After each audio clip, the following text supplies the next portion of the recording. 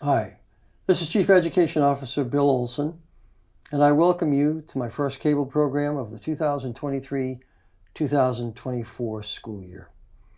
I hope you've had a wonderful summer filled with enjoyable activities with your family, and it's now time to focus on a new upcoming school year, and we welcome all of you, students, staff, and parents, and hope to be talking with you and meeting with you throughout the school year.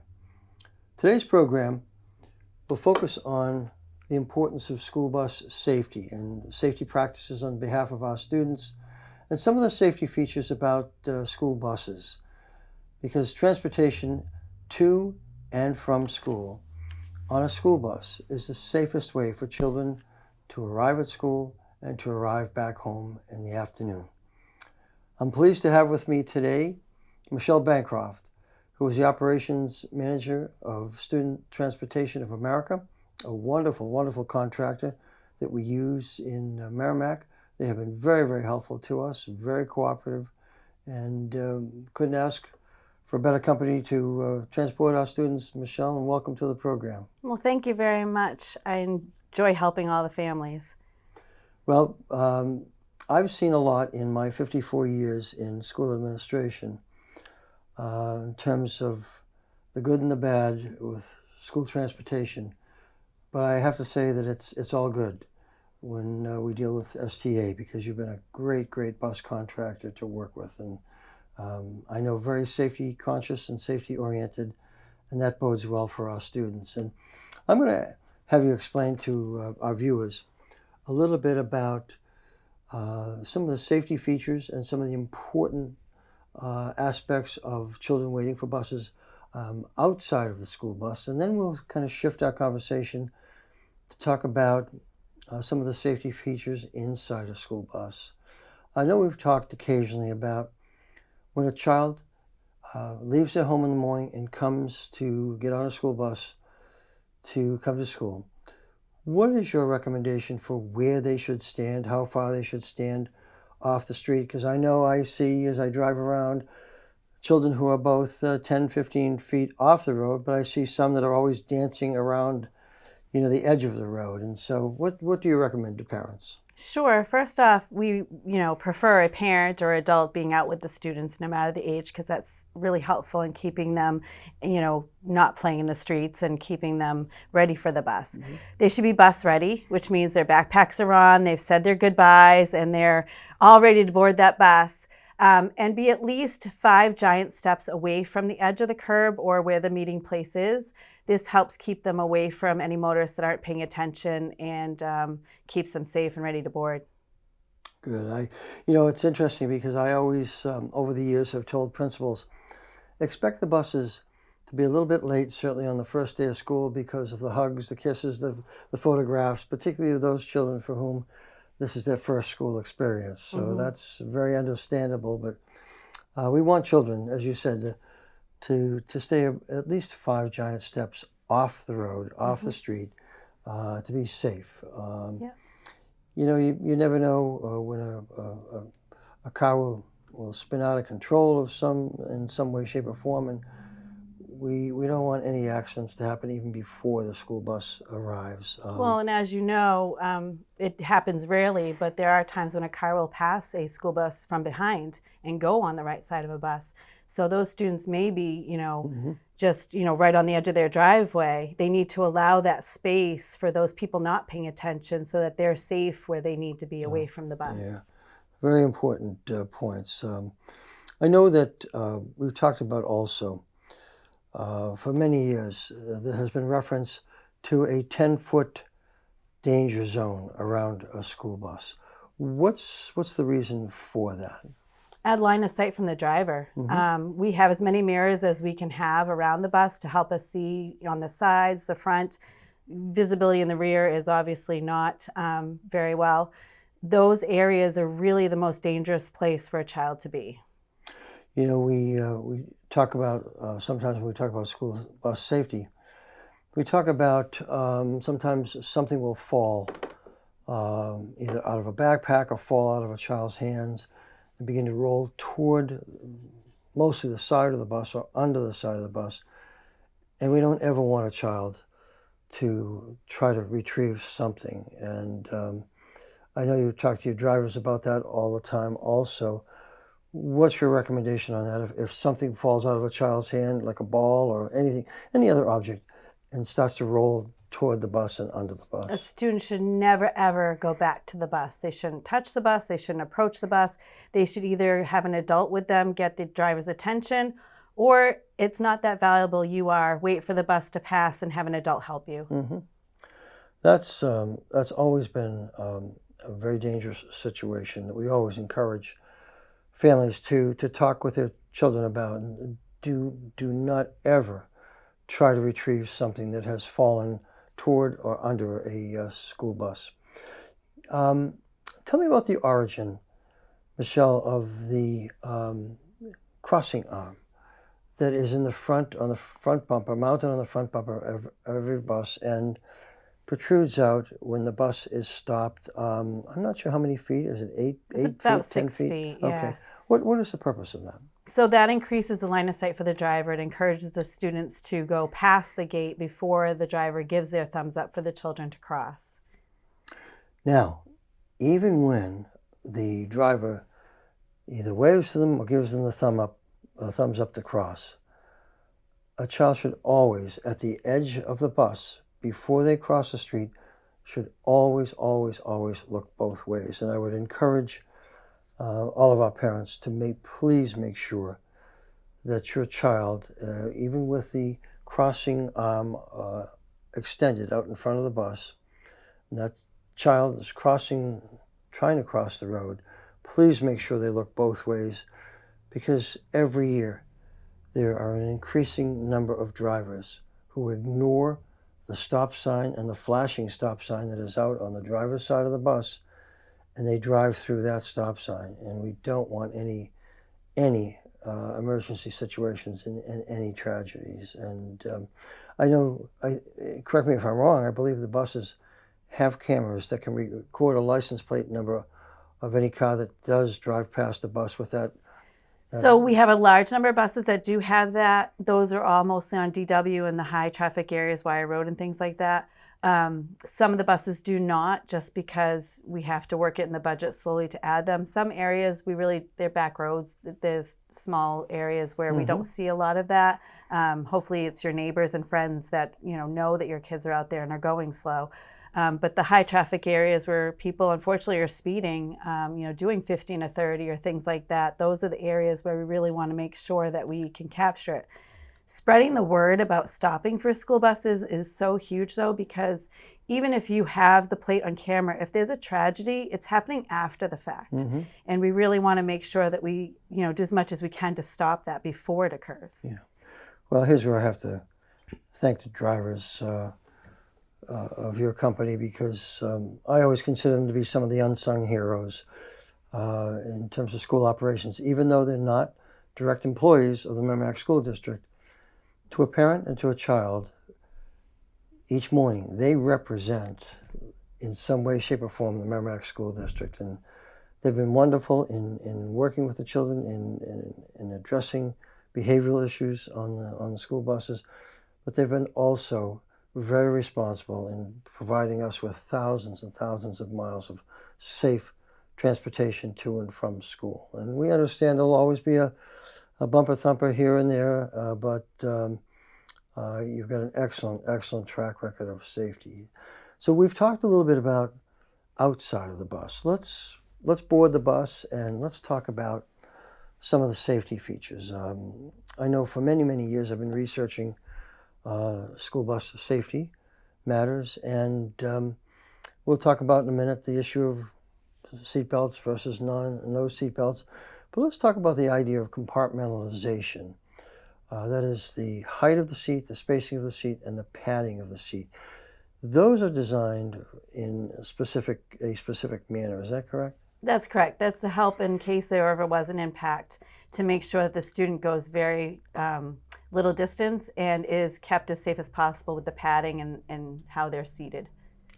You know, when school seatbelts, that is, came into existence many years ago, and auto manufacturers required, they started with lap belts, then the full shoulder belts, and there's been a lot of research by the National Transportation Safety Board, the National Highway Transportation Safety Committee, even Transport Canada, which is the Canadian equivalent to the NTSB in this country, have done a lot of research on seatbelts on school buses. I know that lap belts, according to the research, have shown to, in some instances, been more dangerous to children than not being belted because of what's called the fulcrum effect, where the child's waist is belted and their torso snaps forward quickly. And oftentimes in those situations, the National Transportation Safety Board was finding that there were serious head or neck injuries that were caused, as opposed to the idea of compartmentalization, where a child's torso, entire body, would slide forward, and as you said, into a padded seat that was of a height that hopefully, children would not be thrown over the seat. Correct. And a relatively short distance. So that theory of compartmentalization, I think, has worked out pretty well. You brought up a good point also about whether it's lap belts or shoulder belts on a bus. Shoulder belts also come with risk, and that is, tell me about what you've learned if a bus is on its side or tips over on its roof, about the difficulty of a child being extricated from a full shoulder belt. Sure. So if the driver is not incapacitated themselves, they would have that responsibility of using the seatbelt cutter to try and cut out every single child that is trapped. And if the bus were on fire or water or something emergent, there's just no way that there is enough time for that driver to save all those kids. Yeah. It's virtually impossible for a child who is in a difficult position with a bus overturned on its side or on its roof to try and release that seatbelt because of the tremendous amount of force against that belt. So just to let our parents know, that's why a lot of school districts across the country don't require seatbelts on school buses. There are some very complicating factors that occur in the event of an accident, whether it's a lap belt or whether it's a full shoulder belt. And as Michelle said, the height of the seat, the spacing of the seat, and the padding of the seat provide a seating environment that we think gives a child the best chance to be able to escape in terms of a serious accident. Now, fortunately, there are relatively few serious accidents involving a school bus because of the height of the chassis, the weight certainly, and a car and a small truck are certainly at a decided disadvantage. But that's the reason, certainly, why seatbelts are not very popular on school buses. And we know that they are very important in cars. But on school buses, it's a different matter when you're talking about the ability of a child to get out of a bus in the event of an accident, and in the event that the driver is incapacitated. So we've covered school buses. I know that over the years there are certain escape avenues or ways out of buses, emergency windows, hatches. Can you tell our parents a little bit about what you have on the buses? Sure. Most of our buses are front engine, so there is an escape route through the back door. They're made, even though they're high up, for the children to be able to sit and slide out of the bus, which is what we practice during evacuations. The emergency windows are able to open. They have roof hatches that can open. And the front door has an emergency latch to release it. We were talking about, also just briefly, the importance of some children being aware and alert in terms of a driver. You never know when a driver might become incapacitated because of a medical condition or a heart attack. And there have been several instances around the country where students have saved their classmates on a bus because they knew what to do. Exactly. That's why we practice with evacuations every year. Every year we're required to do 2 bus evacuations, one by May 15th and one by October 15th. And what we encourage the first year in Merrimack is to have the first one done classroom by classroom for the lower grade children. That one encourages children who may not always ride the bus to still get this information. So that way, if they do go on a field trip or a sporting event, they know what to do. They're prepared. It's important for children to be aware of all of the emergency exits. And I know that it's easier said than done, but I would encourage you to talk with your child about being alert on the bus, making sure that they do stay in their seat, because that compartmentalization concept of the seat helps keep them safe. If they're up running around or out of their seats out of the seats, that's not going to help them in terms of their safety in the event of an accident. Knowing their surroundings is huge. Yeah. A lot of students don't even know the address, and we're talking older students. It's really important that they know their address, that they know what street they're on, get to know your bus route. So if there is ever an emergency and you do have to use that radio, you know where you are and can help emergency teams get to you. Great advice. Sometimes there are those emergencies where streets are closed. If there's an ice storm that begins during the day, or a snowstorm and a tree comes down or a pole comes down, sometimes we may need to contact parents to let them know that they may have to go to another street to pick up their child. When we talk about safety, oftentimes across the country you've heard of students being left on a bus at the end of the day. Tell me what your company does to make sure that doesn't happen. Sure. So we have 2 extra checks. One, the driver is required to do a post trip at the end of their day to make sure that their bus is secured for the next morning.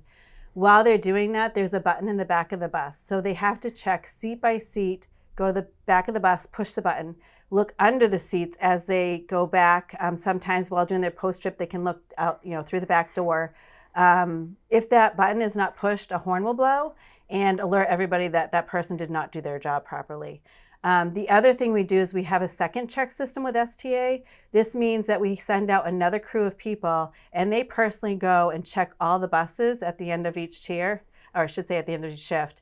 And they check off that they've checked all those buses again. So not only is the driver checking it, and usually they check at their last stop anyways, check again at their post trip, and then have another person go and double check to make sure no child is left on a bus. Yeah, that's very, very important. Tell me what you would prefer a parent to do if they're at a bus stop expecting their child to get off the bus at the end of the day, sometimes at the beginning of the school year. A child might be put on a wrong bus. I know I had one of our grandchildren a couple of years ago was starting his first day of kindergarten in another community in New Hampshire. And he was put on the wrong bus, and I've been in this profession for a long time, but I was as nervous as my daughter because we had no idea. So tell me what a parent should do if they don't see their child getting off at a bus stop. Sure. So if you don't see your child getting off at a bus stop, call the bus company immediately. The number is 603-424-7880. We have people on all the phones ready to go to answer your questions. We then radio to find out if there's another bus that has that student, or the bus will immediately pull over and check for that student. If neither occurs, then we contact the school and they will assist us in seeing if they stayed in after school program. A lot of times that's what happens. A parent forgets, today's math club, and right. I forgot that they were staying after school. But we work together with the school district to make sure that child's found. Terrific. Well, I hope you've found this to be helpful. I ask that you watch this program carefully with your child. make sure they understand some of the safety features and some of the safety practices to keep them safe, to keep them coming to school every day safely and going home after school safely every single day. Michelle, I want to thank you very much. I know you're very much involved day to day. You are always there and available for us.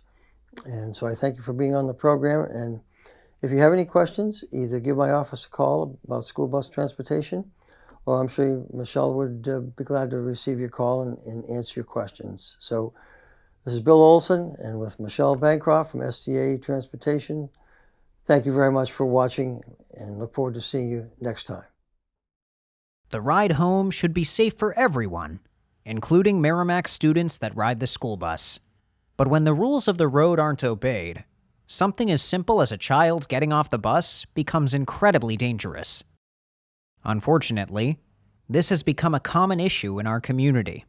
When a bus driver comes to a bus stop, they're activating their loading lights that are yellow, which means you should yield. When they stop and they open their door, that activates the stop sign and the red lights, which means you have to stop. A school bus with its red light activated takes precedence over any other traffic signal. All emergency vehicles have to stop for a school bus's reds, including ambulances, police vehicles, and fire trucks. These incidents don't go without consequences. Beyond the serious threat of harm to students, passing a school bus is an offense that can carry fines of over $500.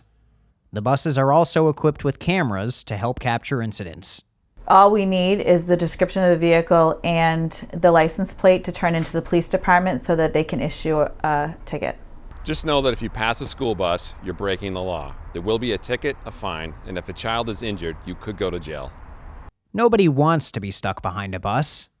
It might make us a couple minutes late for work or an appointment, but the safety of children is more important. It's up to you and I to be mindful drivers and keep our community safe. Thank you for watching.